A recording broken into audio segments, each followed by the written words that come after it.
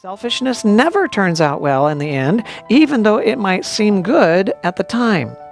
So if I am putting up boundaries that are for myself, to protect myself because I think I am my own, i.e. I am God, now I'm doing it from a selfish motive, and selfish motives will always be destructive. And the question is, are you your own? And the answer is no, you're not. So you can never do something for yourself because you're not your own, you belong to God.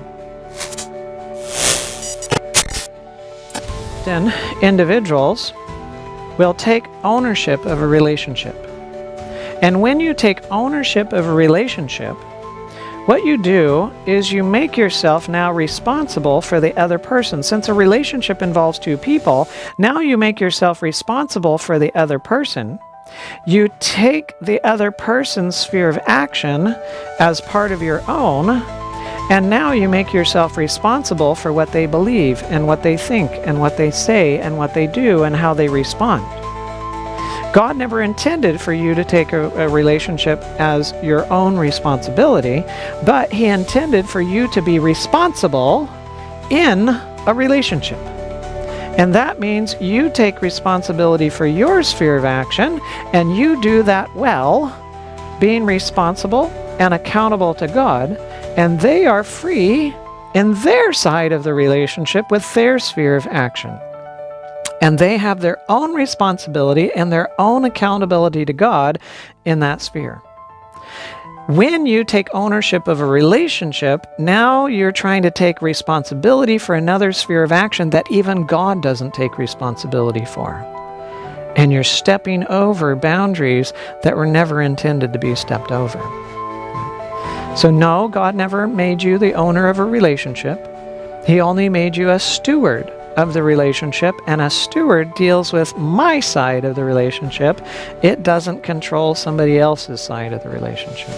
And because I don't own the relationship, because it doesn't belong to me, I can never guarantee the outcome of a relationship. Because I can never guarantee the other individual and their own sphere of action. Sinful self-government is like a cancerous cell. It tries to get outside of its sphere of action. And if I am a little God, then I try to control outside of my sphere. And selfishness has boundaries for itself, but selfishness does not have boundaries for others. In other words, I prevent individuals from getting into my space, but I freely will enter into theirs. And that's what selfishness does. So no, I don't like it when somebody tries to get into my sphere of action. I don't like it when people try to tell me what to do. I don't like it when they try to control my choices and my decisions and other things of that nature, but I'm sure willing to get into somebody else's and do that for them. What if your spouse is a hoarder? Right? How do you handle a house where you have two individuals and a responsibility with shared space? So here you have a spouse that's a hoarder. I mean, they'd collect and collect and collect. Now the question is, who owns the house? Well, God does. And who are you accountable to? Your spouse or to God? Well, to God. And what are you accountable for? Well, you're accountable for how you relate to the house relative to its cleanliness and orderliness. Are you responsible for the outcome of the house? No, because you're not the only one in the house with responsibility.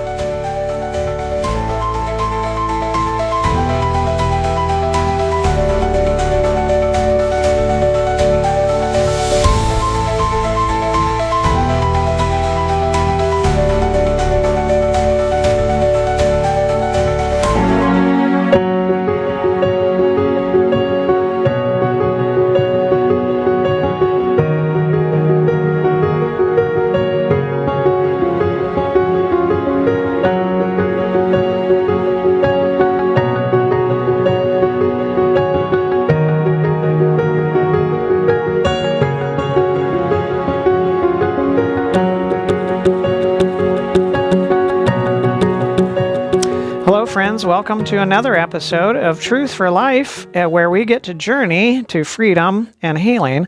I'm Dr. Sandoval, and today we are going to be looking at the topic, sphere of action and healthy boundaries. This is going to be a challenging topic, a really good topic.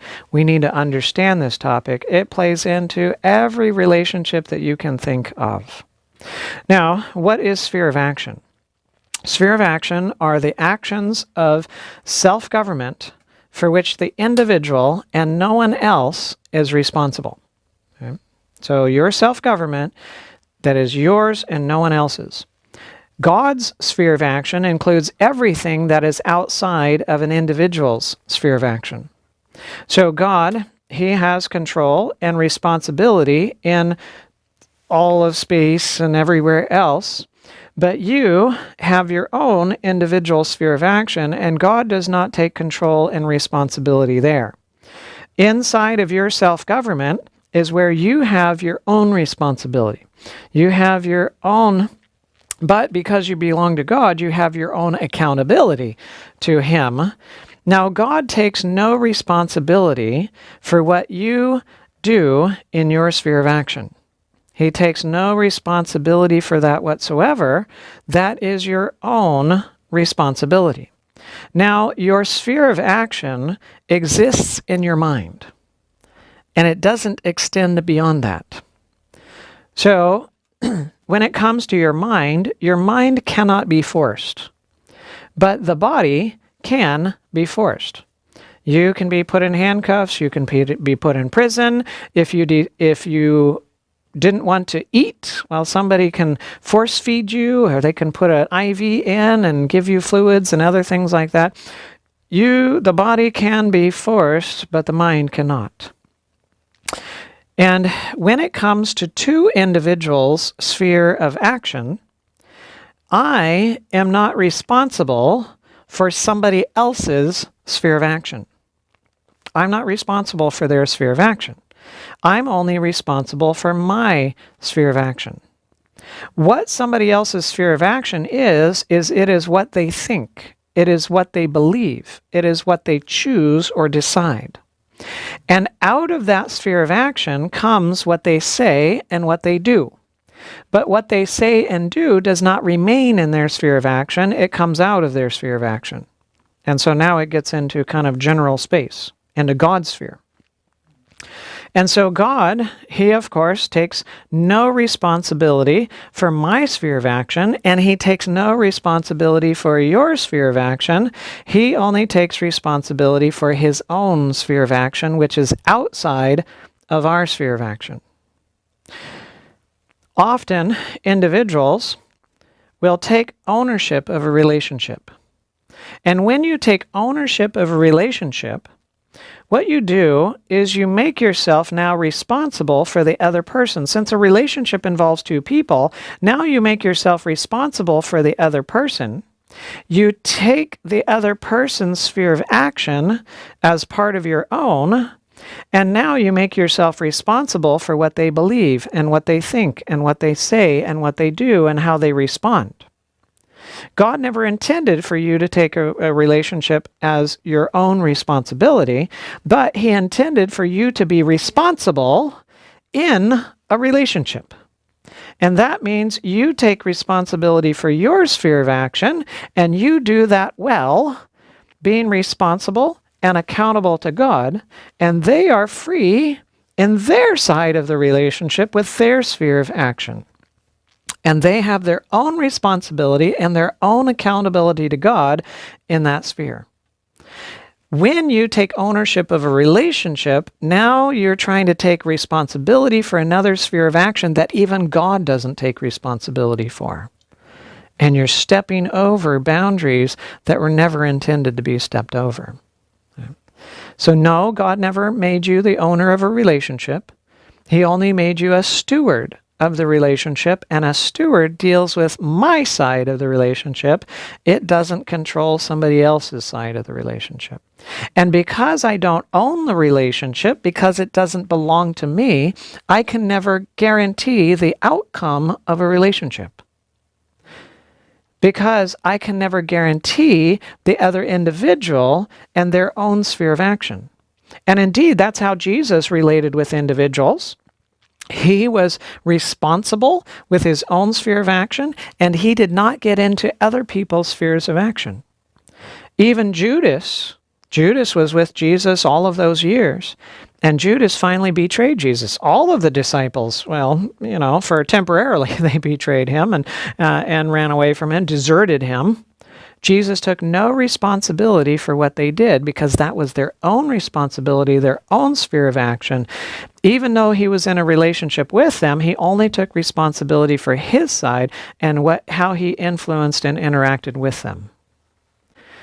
Now, there's a law of cause and effect, and that law of cause and effect assures us that every good cause produces a good effect, and every bad cause produces a bad effect.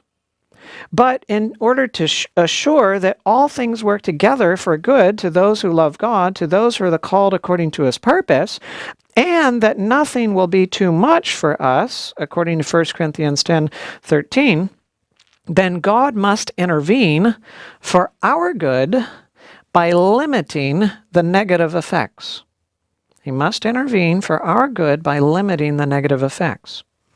Now, everyone is free to self-govern within their own sphere of action. They are free to think, to believe, to choose, to trust, and so on for themselves. But no one is free to speak and act without intervention, or without the possibility of intervention, I should say. So what somebody thinks and what they believe, who they trust, what they choose, that is the cause. What they actually say and what they actually do, that is the effect. So God has no responsibility for the cause, and he never attempts to control the cause, but he does take responsibility for the law of cause and effect, and so he does control the effects, but he always does so for good. In my sphere of action, as long as I remain within my sphere and operating within my sphere, things are going to go okay, depending on how I operate my sphere. But the moment that I try to get out of my sphere and get into God's sphere and take care of what's in his sphere, well, now things are going to get interesting. Now I'm going to try to control time and space and circumstances, environment and resources and other types of things like that, and it's probably not going to go so well. And the moment I try to get out of my sphere and get into your sphere, well, that's not going to go well either. So the problems, many of the problems that we run into in our lives is simply us breaking out of our sphere and getting into somebody else's. Now, self-control is the ability to control your sphere of action. The moment you lose self-control, you will break out of your sphere of action, and you will attempt to get into God's, and you will attempt to get into others' sphere of action. And then you're going to be creating some mess along the way. Now, righteous self-government is like a normal cell. It stays within its sphere of action. Sinful self-government is like a cancerous cell. It tries to get outside of its sphere of action. And if I am a little God, then I try to control outside of my sphere, and selfishness has boundaries for itself, but selfishness does not have boundaries for others. In other words, I prevent individuals from getting into my space, but I freely will enter into theirs. And that's what selfishness does. So no, I don't like it when somebody tries to get into my sphere of action. I don't like it when people try to tell me what to do. I don't like it when they try to control my choices and my decisions and other things of that nature. But I'm sure willing to get into somebody else's and do that for them. And when I try to get into somebody else's sphere of action, the result is conflict.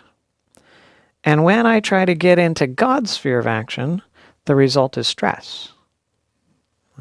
So stress and conflict are the result of a lack of self-control and my attempt to get into somebody else's sphere of action. So while we have freedom to govern ourselves inside of our sphere of action, we were not created to be governed from outside. We were created to govern ourselves from inside. So the moment I try to get into your sphere of action, your natural response is to resist my intrusion. Right? That's your natural response because you were created to govern yourself. And to be free to govern yourself, you were not created to be controlled from the outside. And so the moment I try to get into your sphere of action, the result is going to be conflict. Conflict's the result of me getting out of my sphere and trying to get into your sphere. The reality is that I can actually not ever get into your sphere of action. And in fact, you can never get into my sphere of action either, but it sure looks like it. It sure feels like it. It sure seems like it. And the question is, why? What's going on? Well, if you have acceptance and approval that comes through you, and I think I need that acceptance and approval from you, then what I'm going to do is I'm going to bind myself to you so that I can get that acceptance and I can get that approval from you. And in order to get that approval and that acceptance from you, I have to modify how I manage my sphere of action. In other words, I have to modify my thinking. I have to modify what I say. I have to modify what I do so that I can continue to get from you the acceptance and the approval and the harmony and the security and the other things that I need. And so while you cannot actually get into my sphere of action and control me, to me it feels like you do.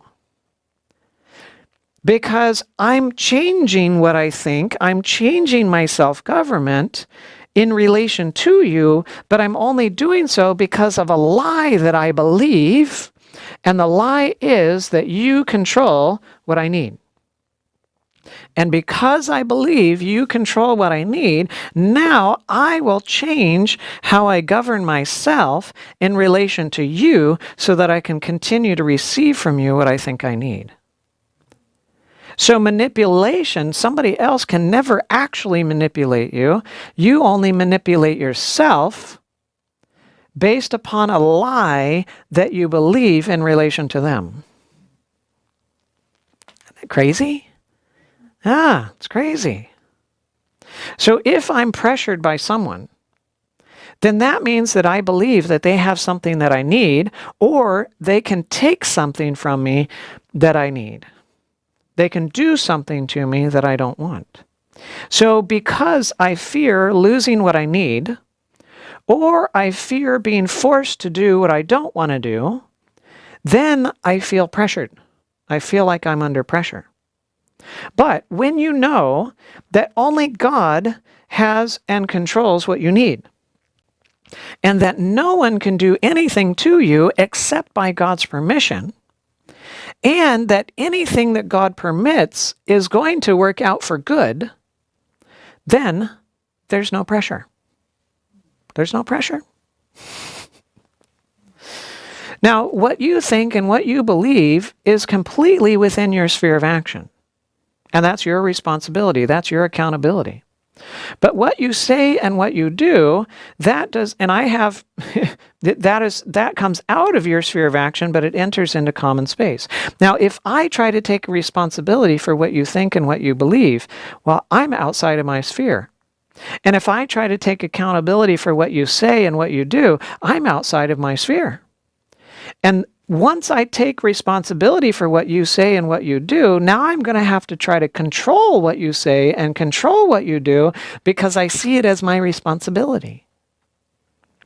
And so again, conflict is going to be the result of this.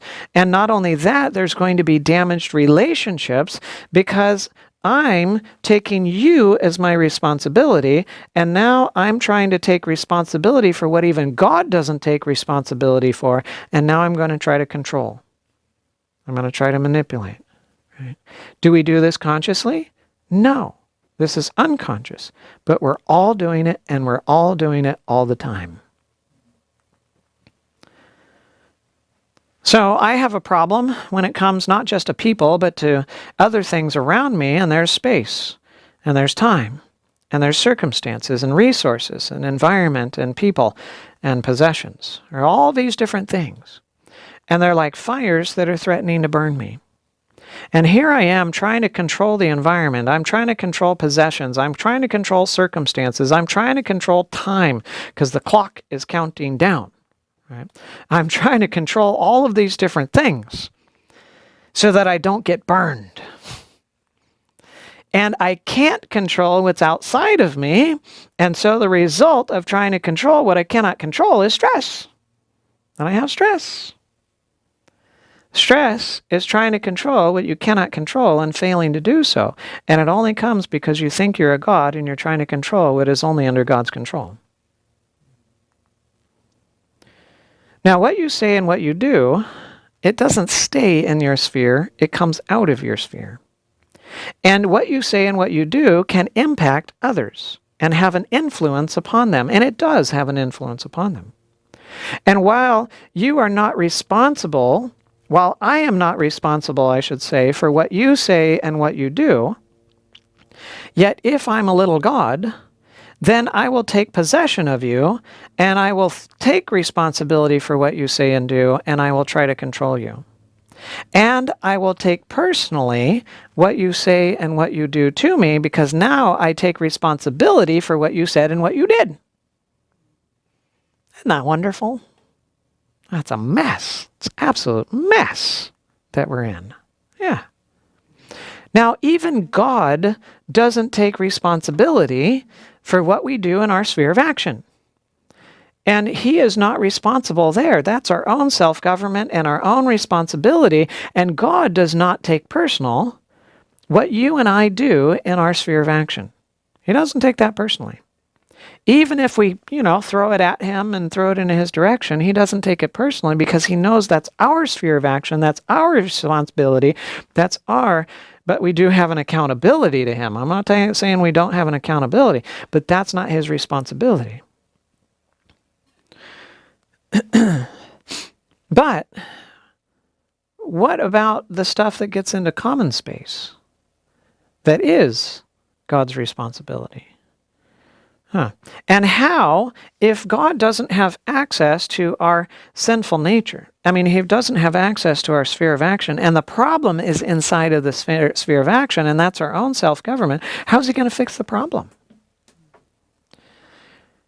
Well, imagine one day that you were driving. I'm going to use an American context. You're in Alaska. Alaska is far north, if you don't know, and far north is cold. And you're driving around Alaska, and you're driving in a car, and Alaska is sparsely populated. You can drive for hundreds of miles and not see a person. And you're driving along, and all of a sudden your car goes...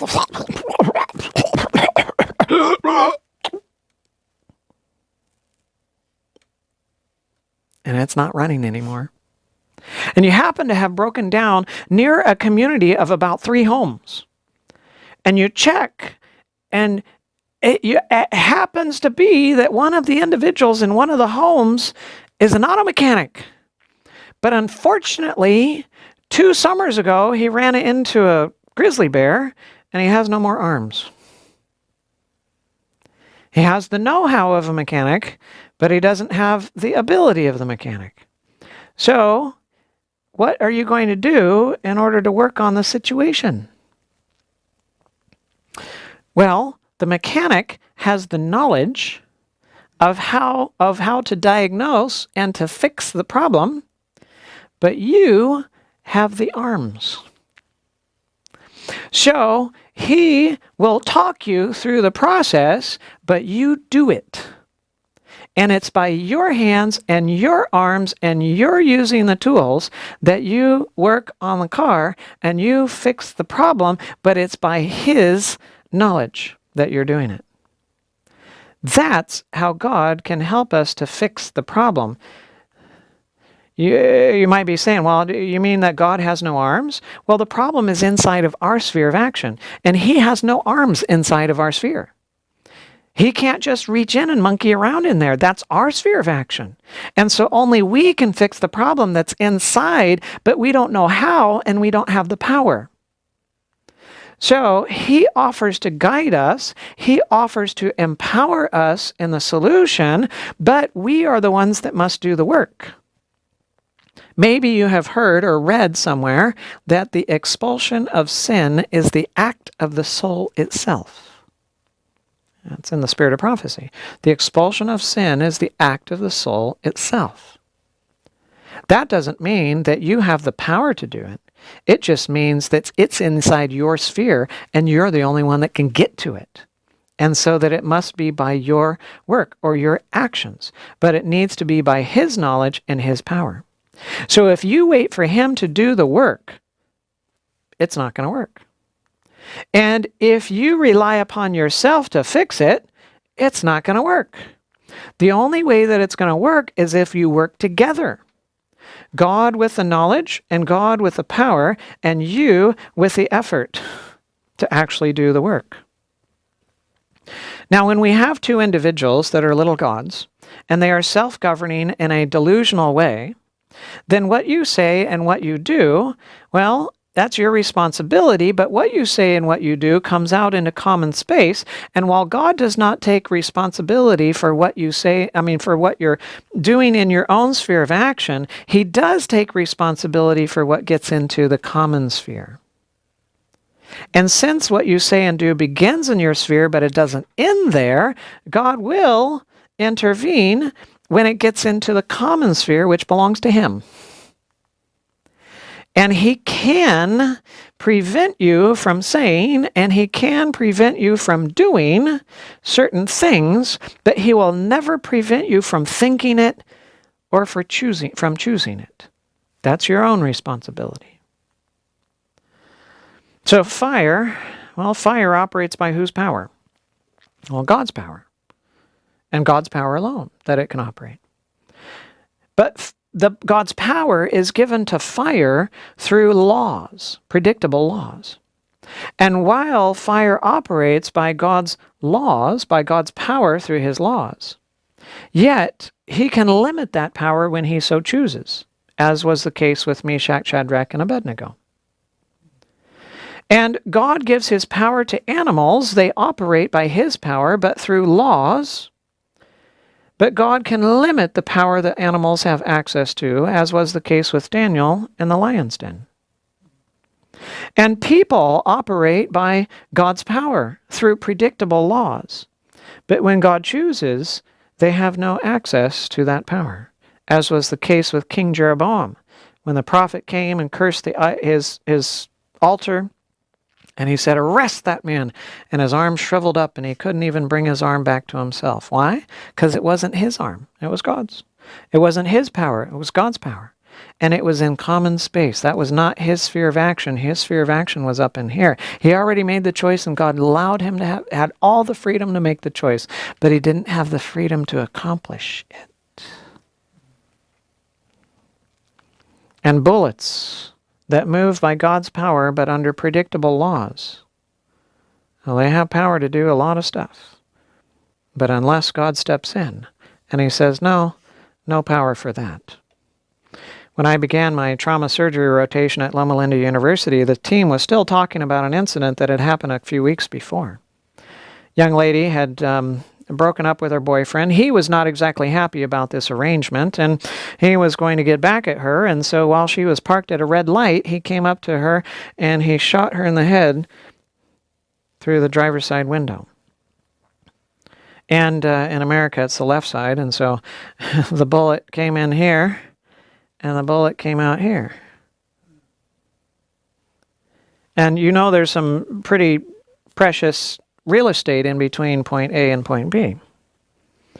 Well, she was picked up by the ambulance, rushed off to the medical center, to Loma Linda, stabilizing her, trying to figure out what's going on. And of course, since it's a gunshot wound to the head, you need to get some imaging to find out what's going on, so neurosurgery knows how or if they're going to intervene anyhow.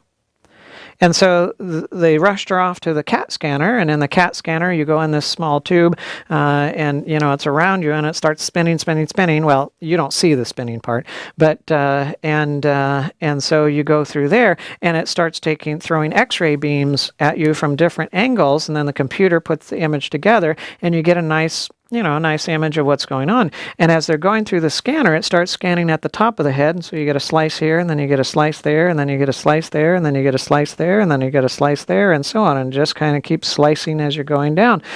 And so they were waiting to get to that critical area where they see the trauma that's going on. And when they got to the critical area, everybody's like,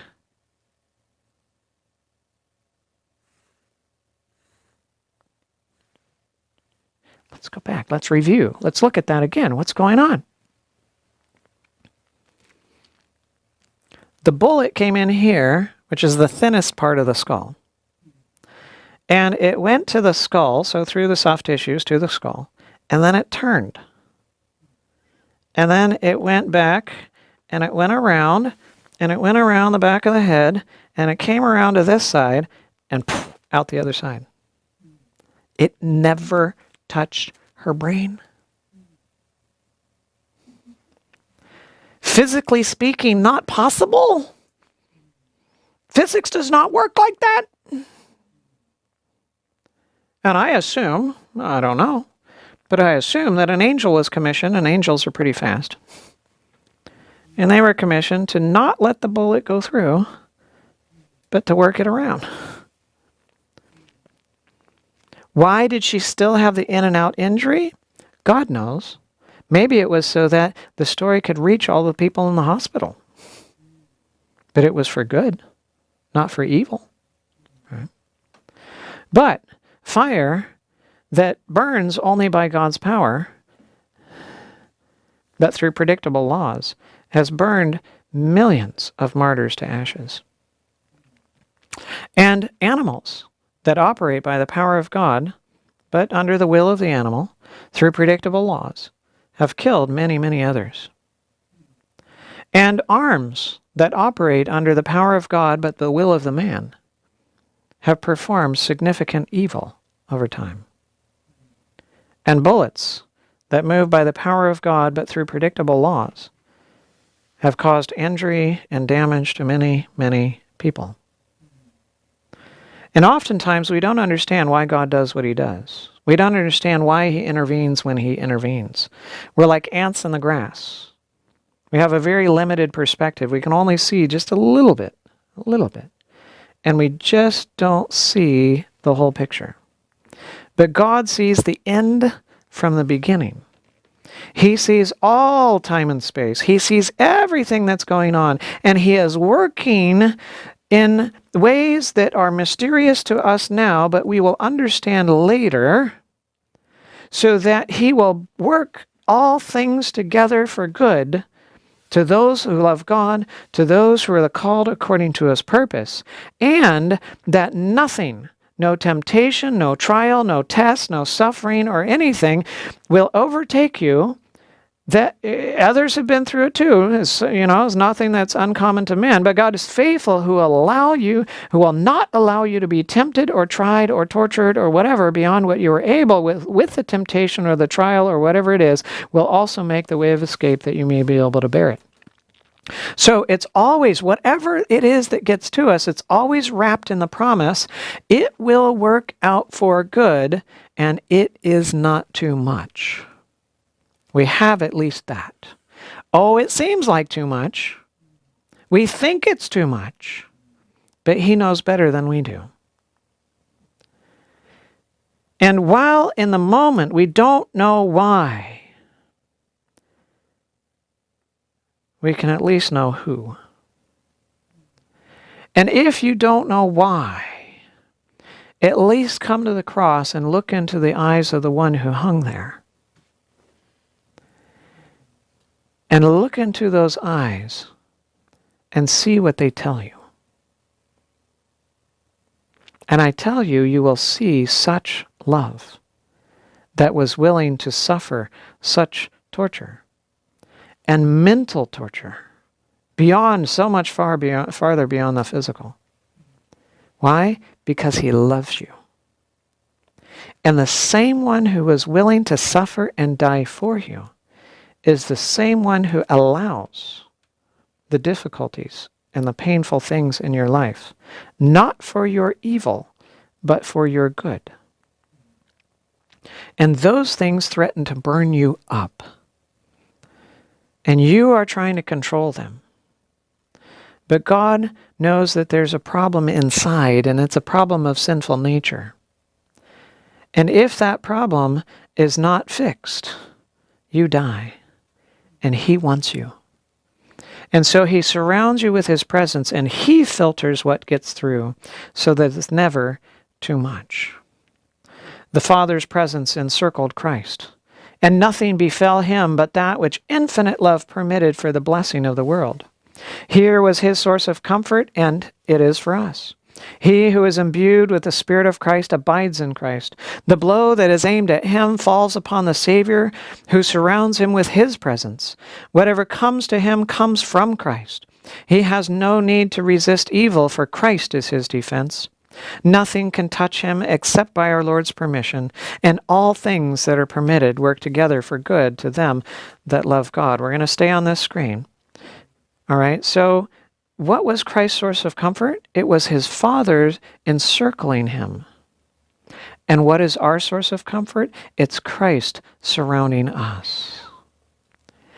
And so the blow that is aimed at me, somebody going to punch me, it falls upon the Savior who surrounds me with his presence, and it cannot get through him unless he says, okay.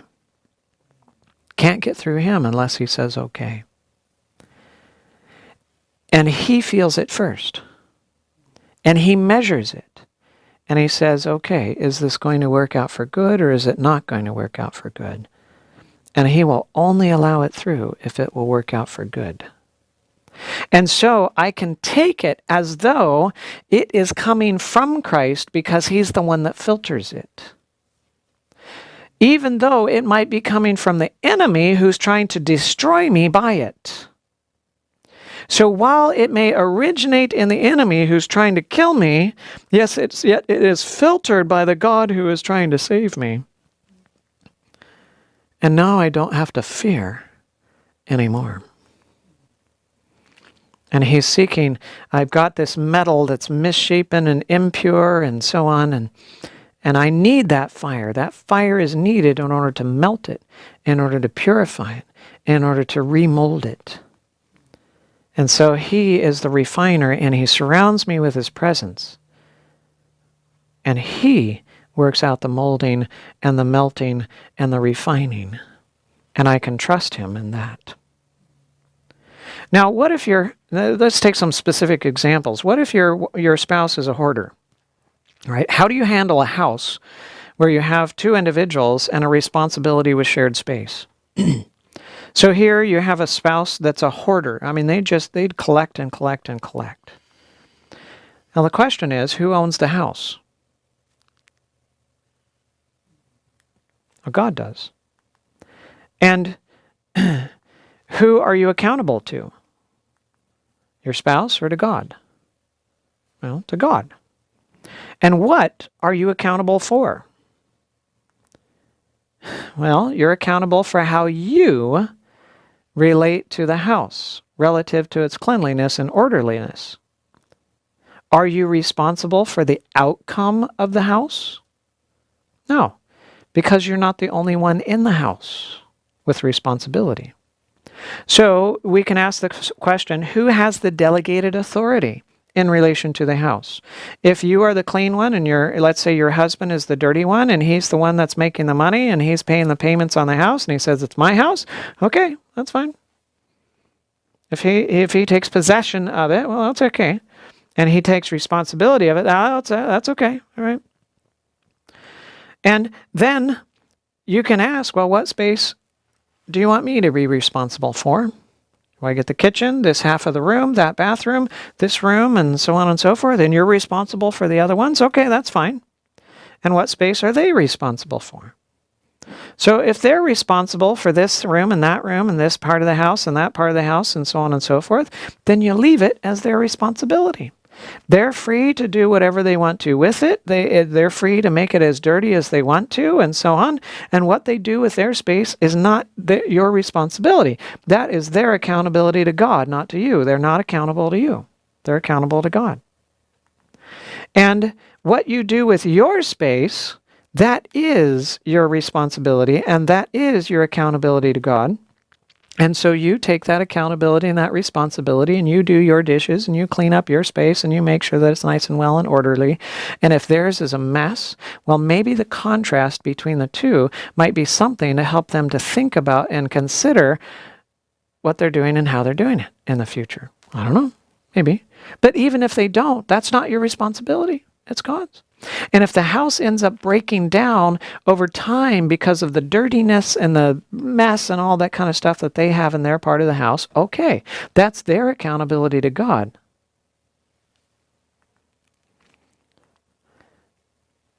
So what are you accountable for? How you relate to the house or the final cleanliness and orderliness of the house? You're only responsible for how you relate to the house.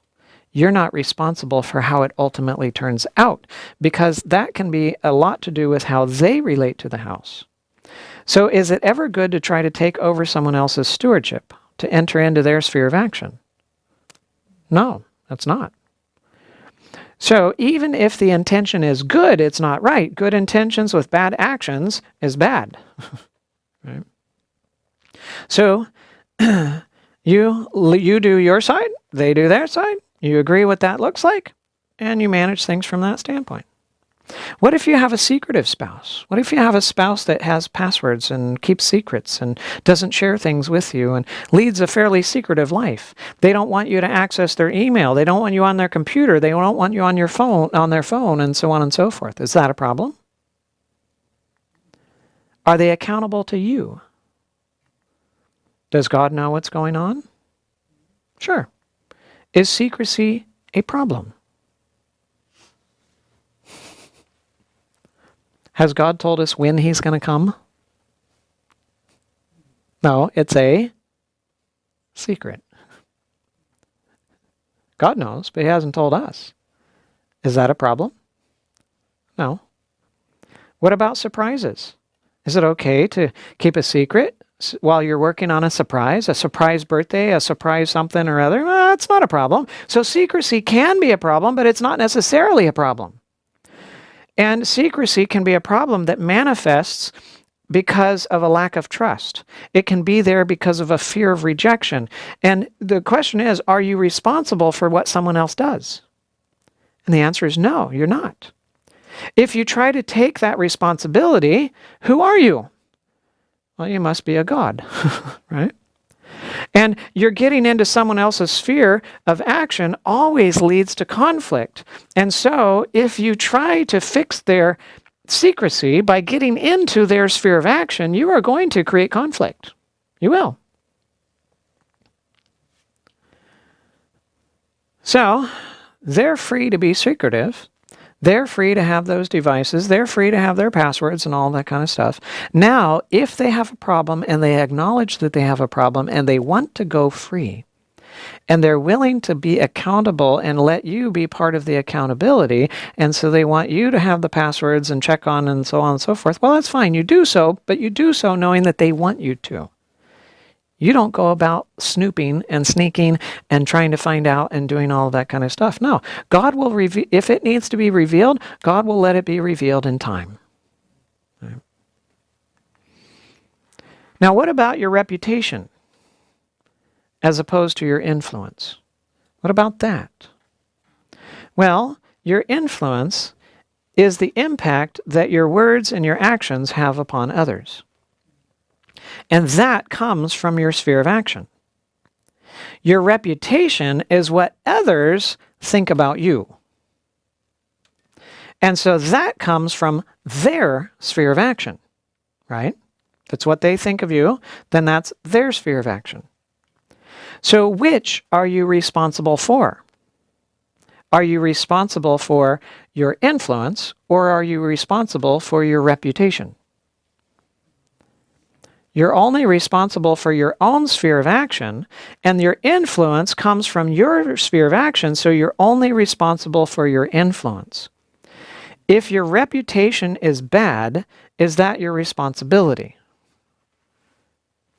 Only if your influence was bad that they're now responding to and you have a bad reputation. But you don't have a responsibility for your reputation, you have a responsibility for your influence. Right? If your influence is bad, is that your responsibility? Absolutely. Yes, it is.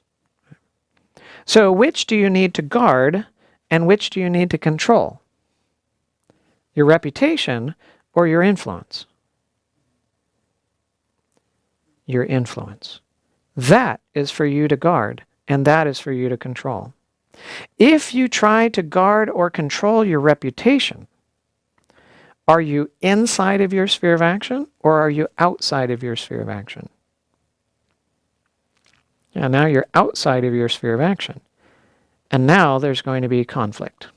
You're in conflict. I know individuals that have spent thousands of dollars. Lies have been told. Reputation of prominent individuals seem to be, whatever, websites developed in order to bring somebody's reputation down and so on, and then they spend thousands and thousands of dollars to get people to post and to post and post to get those websites with that information and get it and force it down farther and farther into the search field so that it won't be found by individuals and so on. Why? Doesn't matter. What others think, others will think. If you're trying to guard and control your reputation, who are you? Well, you're apparently a god. Now, what if you have a forgetful spouse? Right? Your spouse frequently forgets. Now, they don't have dementia. They just, they're not very exact in things. So to inform them when they don't know about something is okay. Right? That's okay. But to keep reminding them is nagging. That's not okay. Right? Nagging is a form of control. It's an attempt to control another individual. So if you are nagging, you are out of your sphere and you are into somebody else's sphere, and it's going to result in conflict. Right? So if they're forgetful, they're allowed to be forgetful. Their accountability is to God. Their accountability is not to you.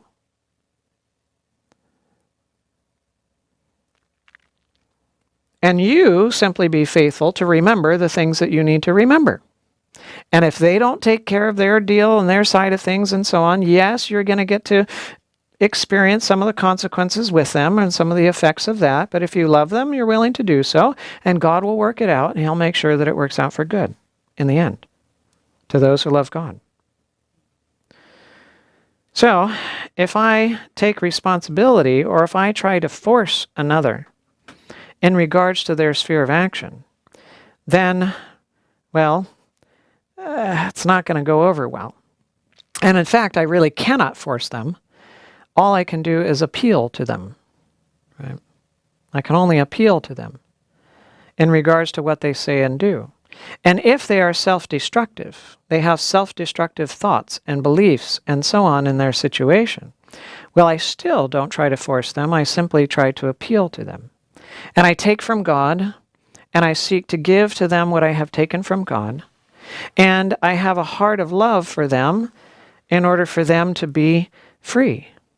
And I try to reason with them if they're open. If they're closed and they shut me out, well, that's fine. I don't force it. I don't push it.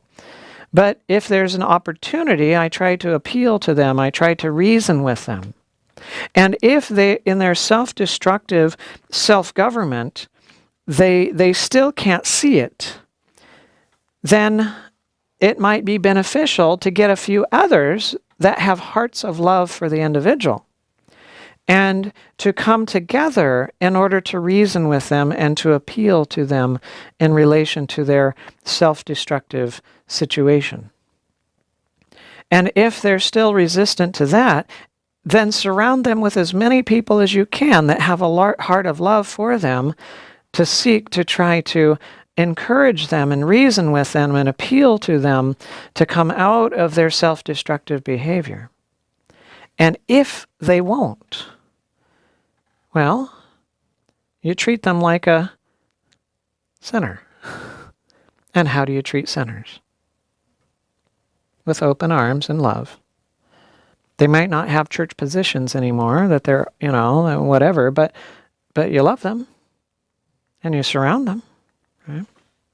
Many claim that a position of trust in the church gives them authority to dictate what other men shall believe and what they shall do. This claim God does not sanction. The Savior declares, all ye are brethren. Yeah.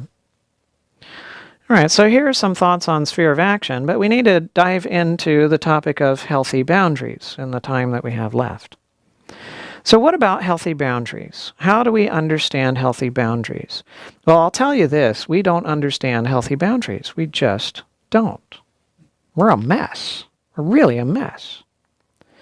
So healthy boundaries are necessary for proper function and for relationships. It's proper and it's appropriate. We have to have healthy boundaries. And what healthy boundaries do is they keep others out of your sphere of action, and it keeps you out of others' sphere of action. And let me modify that statement. I'm going to modify it. A healthy boundary can only be activated by myself in relation to myself. That's it. A healthy boundary can only ever be activated by myself in regards to myself. And so a healthy boundary keeps me out of your sphere of action. That's what it does. It keeps me out of your sphere of action. Now, you cannot force your way into my sphere of action. And when I know that, and when I'm a child of God, and when I have God as my source, and I know that you can't get into my sphere of action, you can try all you want to. There's no need for a boundary for me to erect because it's already there. It's erected by the truth. But a healthy boundary keeps me out of your sphere of action. Right? And a healthy boundary keeps me out of God's sphere of action. Now, what you do as far as boundaries are concerned is in relation to what you perceive. So here you have a big kitty, right? See that nice big kitty on the other side of the fence? So boundaries are automatic, and boundaries are based upon perception. If you perceive danger, you can't help but put up a boundary to protect yourself. If you see the big lion coming towards you and there's no fence between you and the lion, you can't help but put up some kind of boundary to try to protect yourself, whether that boundary is space or whether that boundary is something, you can't help it. If you perceive that there is no danger, then there is no need for the boundary. If that is your lion that you have raised and it knows you and loves you and you get to play with each other, then there's no boundary that's needed. And if you are already protected because there is a boundary that is up already, then you have no need for your own boundary, like in this case where there's the fence already between you and the lion. No need for your own boundary in that case. So, false perceptions lead us in breaking boundaries. So I try to enter God's sphere, or I try to get into somebody else's sphere of action, and I try to keep others out of my sphere of action, but I freely enter into their sphere. And I break down appropriate boundaries because of this false impression, this false perception that I am a God.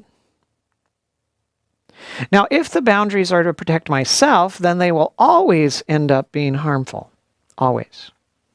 And people are like, huh, what? Hang on. Isn't that what boundaries are for? No. Healthy boundaries are to protect you from me. It's not to protect me from you. It's to keep me from getting into your sphere. Right? That's what boundaries are for. And if I think I'm putting up a boundary to protect me from you, then I think that I am my own. And now, right? Now that's selfish. Right? The motivation is selfish. And I don't care how good the thing looks like that you do. If it's selfish, it's not good. And it's not going to work out well. Selfishness never turns out well in the end, even though it might seem good at the time. So if I am putting up boundaries that are for myself, to protect myself because I think I am my own, i.e. I am God, now I'm doing it from a selfish motive, and selfish motives will always be destructive. And the question is, are you your own? And the answer is no, you're not. So you can never do something for yourself because you're not your own. You belong to God. And so a boundary is appropriate in relation to God's will for your life, but a boundary is never appropriate for you yourself.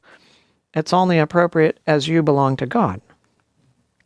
So Jesus had a mission given to him by his Father, and that he did have boundaries to protect that mission. He did.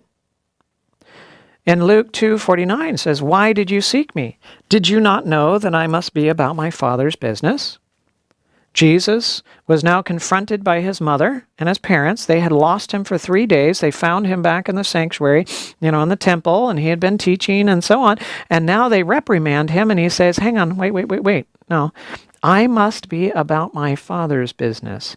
You don't have the right to control my ministry. That belongs to the Father, not to you. But he did so in a very respectful way, not harsh and anything like that, but it was very firm. In John 7:6-8 says, Jesus said to them, "My time has not yet come, but your time is always ready. The world cannot hate you, but it hates me because I testify of it that its works are evil. You go up to this feast. I am not yet going up to the feast, for my time has not yet fully come."